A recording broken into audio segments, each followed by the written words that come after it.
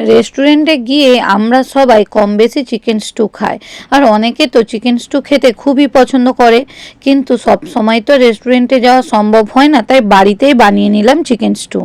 নমস্কার, আমি Mahua. Welcome to Mahua cookings. আবারও আমি চলে এসেছি নতুন স্বাদের একটা রেসিপি নিয়ে।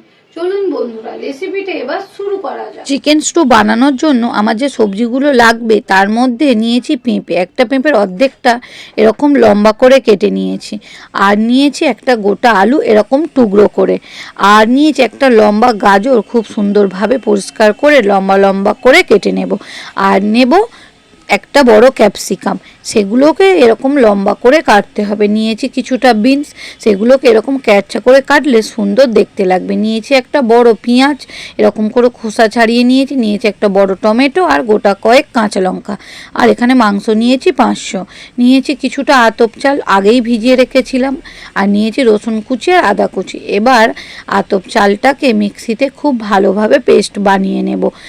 আপনারা তো ভাবছেন যে এই চালটাকে কেন নিয়েছি, এইটার মাধ্যমেই আমি স্যুপটাকে গাঢ় করব, আমি কোনো কর্নফ্লাওয়ার ইউজ করব না।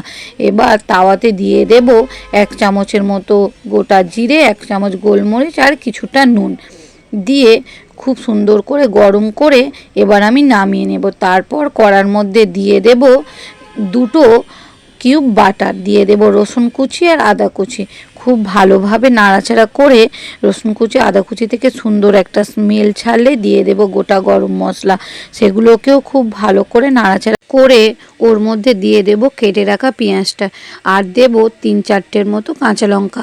আপনারা আপনাদের ঝাল বুঝে কাঁচা লঙ্কাটা দেবেন। দিয়ে খুব ভালো করে পেঁয়াজ ও কাঁচা লঙ্কাটা নাড়াচাড়া করে ওর মধ্যে দিয়ে দেব মাংসটাকেও আবারও খুব ভালো করে নাড়াচাড়া করে ওর মধ্যে দিয়ে দেব কিছুটা নুন দিয়ে বেশ কিছুক্ষণ নাড়াচাড়া করতে হবে।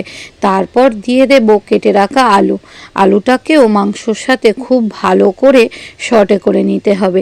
তারপর দিয়ে দেব কেটে রাখা পেঁপেটাকেও খুব ভালো করে নাড়াচাড়া করে মিশিয়ে নেওয়ার পর দিয়ে দেব একে একে সব সবজিগুলো, দিয়ে দেব গাজর, ক্যাপসিকাম, আর খুব ভালো করে সময় নিয়ে নাড়াচাড়া করে এবার ওর মধ্যে দিয়ে দেব টমেটো কুচিটাকেও আবার খুব ভালো করে নাড়াচাড়া করতে হবে।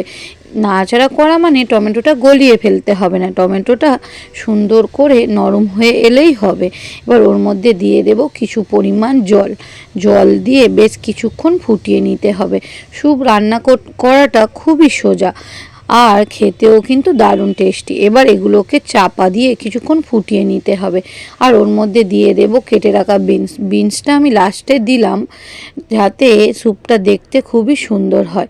তারপর এবার আমি আবারও চাপা দিয়ে বেশ কিছুক্ষণ ফুটিয়ে নেওয়ার পর ওর মধ্যে দিয়ে দেব সেই যে মশলাটা ভেজে রেখেছিলাম, সেটাকে গুঁড়ো করে ওর মধ্যে দিয়ে দেব, যার জন্য স্যুপের টেস্টটা কিন্তু দারুণই হবে। বন্ধুরা, আমার এই স্যুপ রেসিপিটা যদি ভালো লেগে থাকে তাহলে ফেসবুক থেকে দেখলে ফলো, আর ইউটিউব থেকে দেখলে সাবস্ক্রাইব করে দেওয়ার অনুরোধ রইল। আর এই রকম স্যুপ খেলে শীতকাল বলুন আর যে কোনো সময় দারুণ মজা হবে। এবার ওই স্যুপের মধ্যে আমি দিয়ে দেব চাল বাটাটা, যেটা আমাদের কর্নফ্লাওয়ারের কাজ করবে। অনেক সময় কর্নফ্লাওয়ার বলুন, অ্যারোরুট বলুন, খাওয়াটা ভালো নয়, তাই এই চাল বাটা দিয়ে স্যুপ বানালে আপনাদের কর্নফ্লাওয়ারের কাজ করবে, আর খেতেও কিন্তু দারুণ টেস্টি হবে। এবার স্যুপটাকে খুব ভালো করে নাড়াচাড়া করে মিশিয়ে নিয়ে এবারে আমি গ্যাসের ফ্লেমটা আস্তে করে দিয়ে এবার আমি নামিয়ে নিই। এই স্যুপের সঙ্গে আমি খাবো ব্রেড, তার জন্য ব্রেডটাকে খুব ভালোভাবে শিখে নিতে হবে। এবার আমার ব্রেডগুলো খুব ভালোভাবে শেখা হয়ে গেছে। এবার একটা পাত্রের মধ্যে ব্রেডগুলোকে সাজিয়ে নেব, তারপর একটা বোলের মধ্যে দিয়ে দেব স্যুপটা। এই স্যুপ দিয়ে ব্রেড খেতে খুবই মজা হয়। আমরা কম বেশি সবাই রেস্টুরেন্টে গিয়ে স্যুপ খাই, তার সঙ্গে যদি থাকে এরকম একটা পাউরুটি তাহলে কিন্তু দারুণ হবে। আপনারা এই স্যুপটা ভাত দিয়েও খেতে পারেন, আর এই রকম স্যুপ খাওয়া কিন্তু অনেকই উপকার। ভালো খাবেন, সুস্থ থাকবেন। দেখা হচ্ছে কিন্তু নেক্সট ভিডিওতে। বাই বন্ধুরা।